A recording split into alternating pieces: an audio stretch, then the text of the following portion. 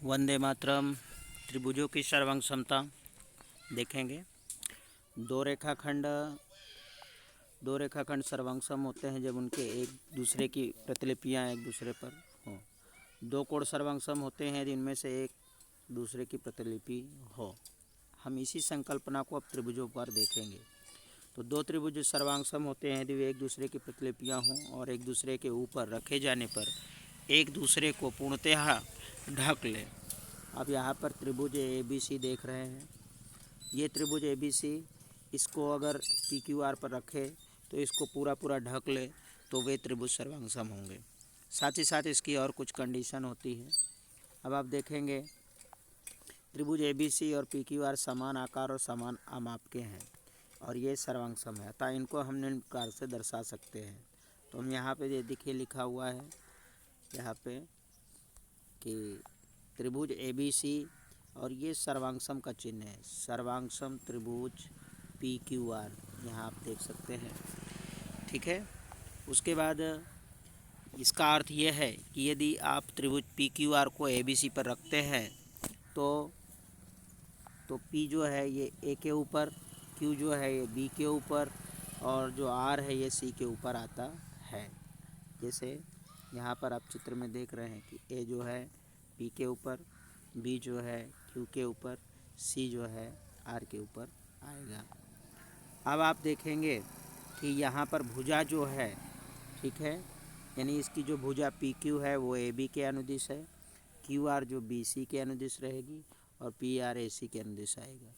यानी अब देखिए यहाँ पर जो भुजा है AB वो PQ के बराबर, BC QR के बराबर और जो AC है वो PR के बराबर होगी।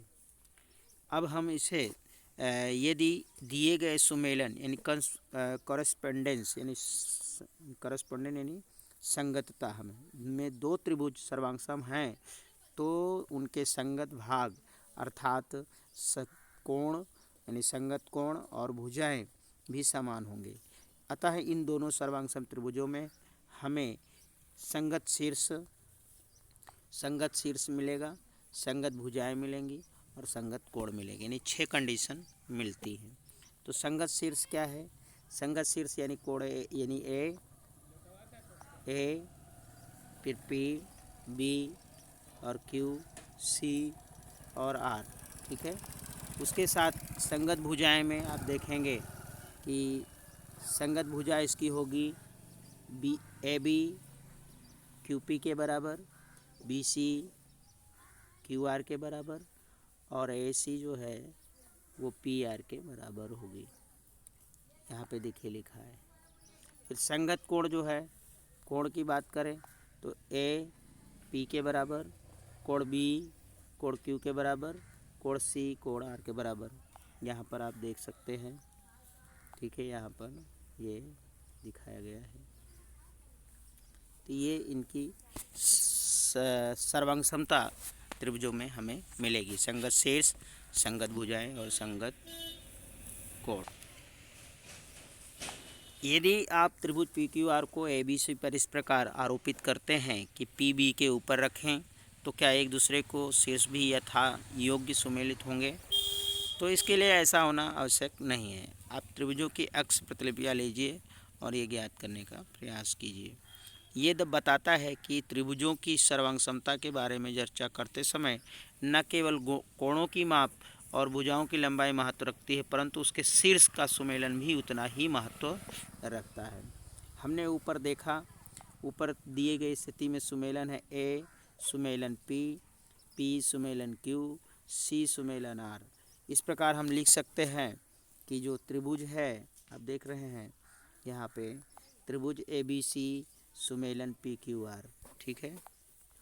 अब उदाहरण 1, त्रिभुज ABC और PQR सुमेलन ABC RQP के अंतर्गत सर्वांगसम हो तो त्रिभुज ABC के वे भाग जो निम्न हैं, तो कोण P, कोण Q और कोण RP, इसे हमें फाइंड करना है। तो आप देख सकते हैं कि सुमेलन P के अंतर्गत सुमेलन ABC RQP यहाँ दिया गया है, ठीक है, ABC और RQP, अर्थात यहाँ पर कोण A जो है वो R के बराबर है, यानी सुमेलन A। तो लिखेंगे कैसे? देखिए यहाँ पे लिखा है ए सुमेलन आर, ए सुमेलन आर।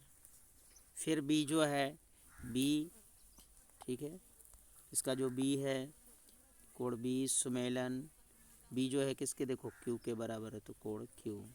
फिर सी सुमेलन सी का आप पी के साथ दिखाएंगे ऐसा, तो यहाँ तो आपका लिखा हुआ है। ये तो रहा कोण की। अब भुजा की बात करेंगे, भुजाओं का सुमेलन। अगर हम ए बी की बात करें तो भुजा ए बी जो है, लेकिन यहाँ पे जो दिया है उसे हम दिखा सकते हैं, क्योंकि तीसरे में यहाँ पर आर पी दिया है, तो आर पी आप देख सकते हैं कहाँ है, आर पी ये है, तो आर पी किसके बराबर होगा, ए सी के, ठीक है। आर पी जो है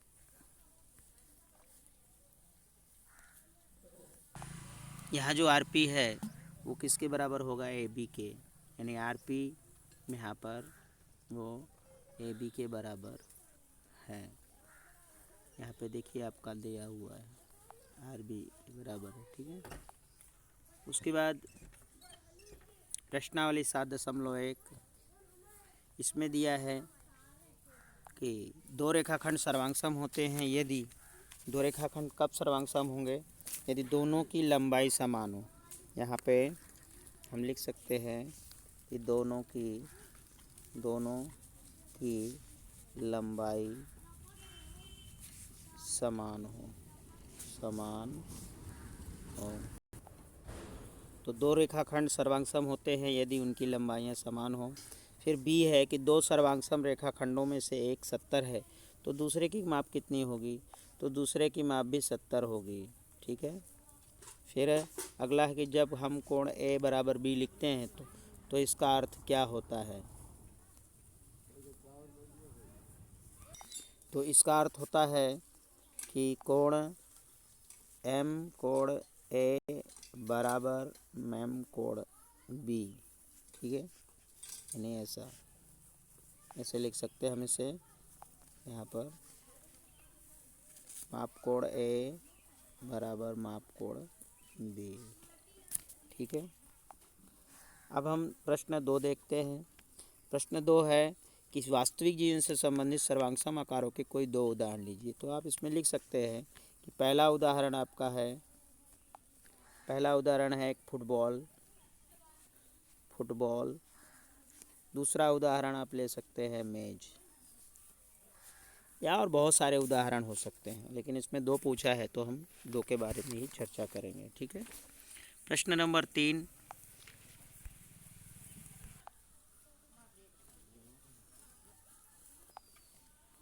तो यहाँ पर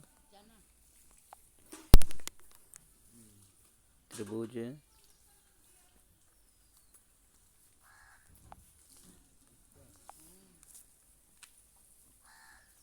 ए बी सी और त्रिभुज एफ ई डी, तो हम यहाँ पे लिखेंगे दिया है में लिखेंगे त्रिभुज ए बी सी, ठीक है, सर्वांगसम त्रिभुज एफ ई डी, ठीक है।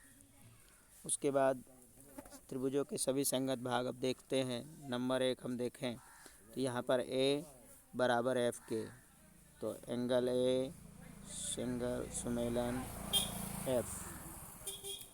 नंबर 2 कोण बी जो है, ये जो बी देखिए वो ई के बराबर है, तो कोण बी सुमेलन कोण ई, ठीक है।